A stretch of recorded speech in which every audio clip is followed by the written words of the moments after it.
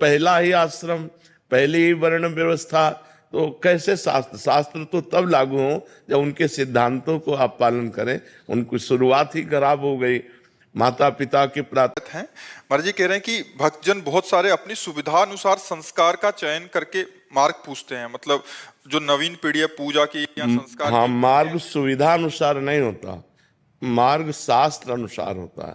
तस्मात् शास्त्रम प्रमाणम ते कार्या अकार्यो व्यवस्थितो। कार्य और अकार्य की व्यवस्था शास्त्र प्रमाणित होती है, रुचि अनुकूल नहीं। रुचि अनुकूल मनमानी तो भोगाचरण होते हैं।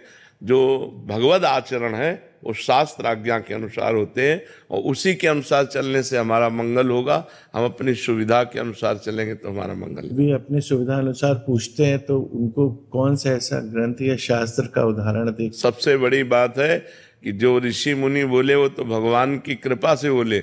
स्वयं भगवान जो बोले वो गीता जी है। स्वयं भगवान जो है वो गीता जी है। अगर गीता शास्त्र का स्वाध्याय करे तो उसमें कर्म योग भी है, भक्ति योग भी है और ज्ञान योग भी है। और जब हम गीता की टीका पढ़ेंगे तो महापुरुषों ने बड़ी सुविधा कर दी है, उसकी बड़ी व्याख्या कर दी।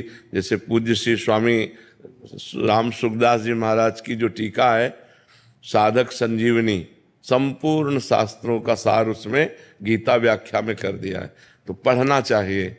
और सरल भाषा में रामचरितमानस है, पढ़ना चाहिए, जिससे हमारा क्या आचरण होना चाहिए, कैसा हमारा धर्म होना चाहिए, कैसा हमारा कर्म होना चाहिए। ये गीता और रामचरितमानस और सरल भाषा में 18,000 श्लोकों की व्याख्या श्रीमद् भागवत महापुराण। और तो फिर वेदांत हैं, शास्त्र हैं, पर अगर इन 3 ग्रंथों का स्वाध्याय करे, श्रीमद् भागवत महापुराण, श्री रामचरितमानस और श्री गीता जी, तो सम्यक रास्ता मिल जाएगा परमार्थ में। जीवन के जो व्यवहारिक संस्कार होते हैं, जैसे मुंडन हुआ, जनेऊ हुआ, इसमें भी सब अपनी अपनी सुविधा अनुसार नहीं, इसमें ब्रह्म ऋषियों के वाक्य प्रमाणित है। जो ब्रह्म ऋषियों ने, जो महान पुरुषों ने एक परंपरा रखी है, इतने वर्ष में ऐसे ऐसे, तो वैसे ही करना चाहिए। आजकल ये मनमानी चल गया है कि ब्याह के समय 1-2 दिन 3 दिन यज्ञोपवीत पहले करवा लिए और फिर उतार के टांग दिए, तो बुद्धि भ्रष्ट है और सतमार्ग का अनुसरण नहीं है। हमारे धर्मशास्त्र में ऐसी कौन सी पुस्तक है जिसमें बहुत से ग्रंथ हैं, बहुत से ग्रंथ, जैसे बहुत सी स्मृतियां हैं। जिन स्मृतियों को, मनुस्मृति, पाराशर स्मृति, इन स्मृतियों में इन छोटी छोटी बातों को बहुत खोल खोल करके कहा गया है। जैसे पाराशर स्मृति है, मनुस्मृति है, और भी शास्त्र हैं। अब जैसे गीता प्रश्न में आप जाइए, आप कह दीजिए यज्ञोपवीत संस्कार के लिए हमको कौन सी वाणी, तो वो खुद अपने आप आपको दे देंगे ये यज्ञोपवीत संस्कार की वाणी है। और सबसे बढ़िया बात यह है कि हमारी पूर्व परंपरा चली आ रही है, उस परंपरा को हम तोड़े ना, तो शास्त्रों के अनुसार ही परंपरा चली आ रही। 8 से लेकर के जो 12-13 वर्ष तक का ब्रह्म ऋषि बालक है, उस बालक की जो है सांगोपांग यज्ञोपवीत पर ये सब गुरुकुल में होते थे। समाज की समस्या यही है कि एकल परिवार होने के कारण ये सब विलुप्त होती जा रही है। हाँ, नहीं, अब वर्णाश्रम की मर्यादा को मानना कठिन हो रहा है। सबसे पहली बात तो ये है कि वर्ण आश्रम की मर्यादा को मानना कठिन हो रहा है, तो फिर शास्त्र का कैसे संयम लागू होगा।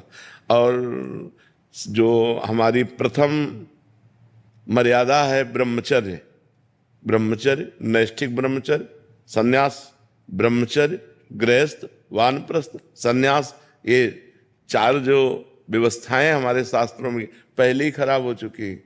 गर्लफ्रेंड, बॉयफ्रेंड, ये जो दलित दुराएं चली है, जो अमंगलकारी कृत्य चले हैं, तो अब वो क्या शास्त्र को मानेंगे? जिनकी बुद्धि पवित्र होना चाहिए इस अवस्था में, इसी अवस्था में बुद्धि भ्रष्ट हो गई है।